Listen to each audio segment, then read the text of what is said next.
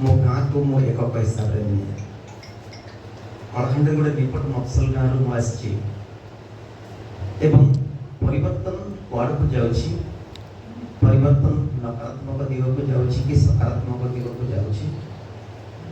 परिवर्तन को पाहचरे आम पहुँचीचु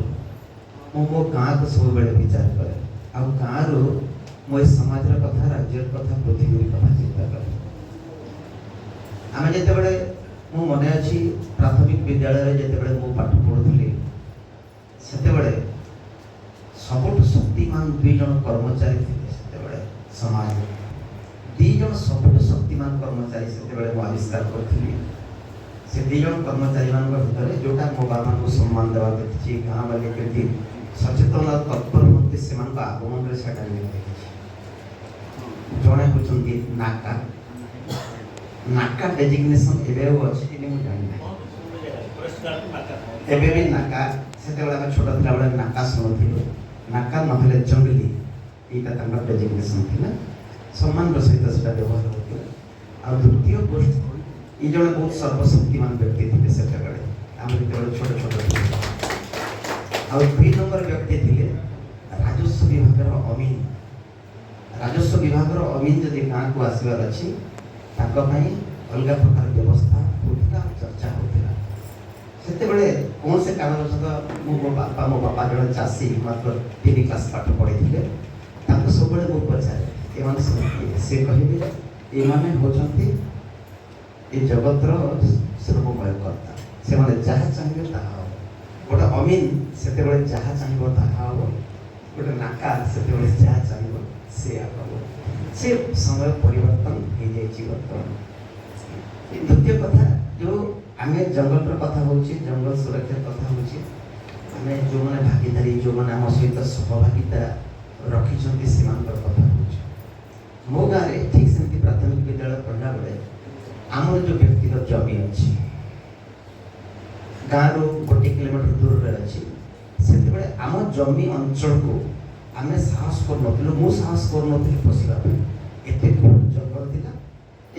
आम घरे जिते कौन सी आम बगीचा को जो बाड़ देवा चाहबू कि आम पालगदा को बाड़ देवा चाहबू माँ बापा जाइए जंगल आम जंगल ही आम क्षेत्र ही से सब आणुले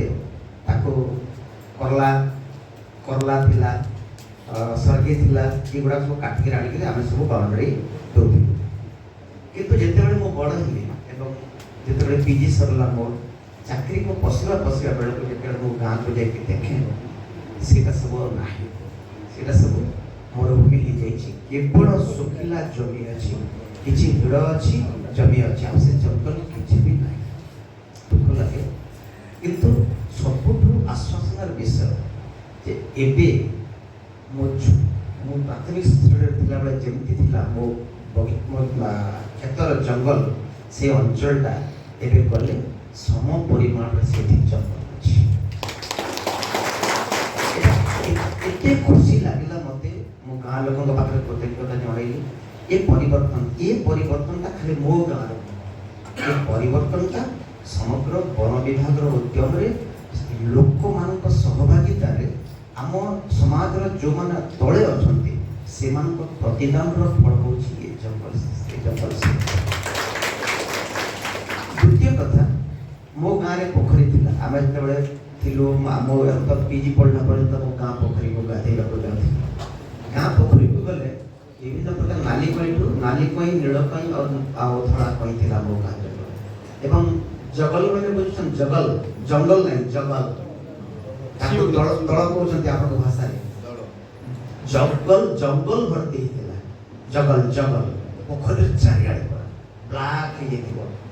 हो झुंझे घुचे कर माछ फाच इत्यादि बराबर छड़त एवं एते पक्षी बसुले मो गाँ पोखरी 25-30 वर्ष धरिक युवाक ये दृश्य गुड़ा देखा मिलला पोखरी को गाधे गले आम ये जो पोखरी तुठरे जो पत्थर गुड़ाक पकाए स्लाइस गुड़ाक तार तल को आम देखुलू डुंगुलू आम भाषा बहुत धंड साप भर्ती थे जो पत्थर तले आम बाड़ी देती कले से साप गुड़ाक बहुत स्पीड बाहर को पड़े आसे बेले बेले नाक कांडर भी पिटी पड़े कि खातिर मात्रा बहुत बढ़िया लगुला 20-30 वर्ष धरिकी साप मो पोखरी मिलला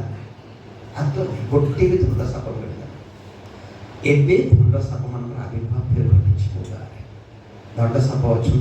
किसी परिमाण अच्छा किसी परिमाण में कईफुल एवं भी फुटिलानी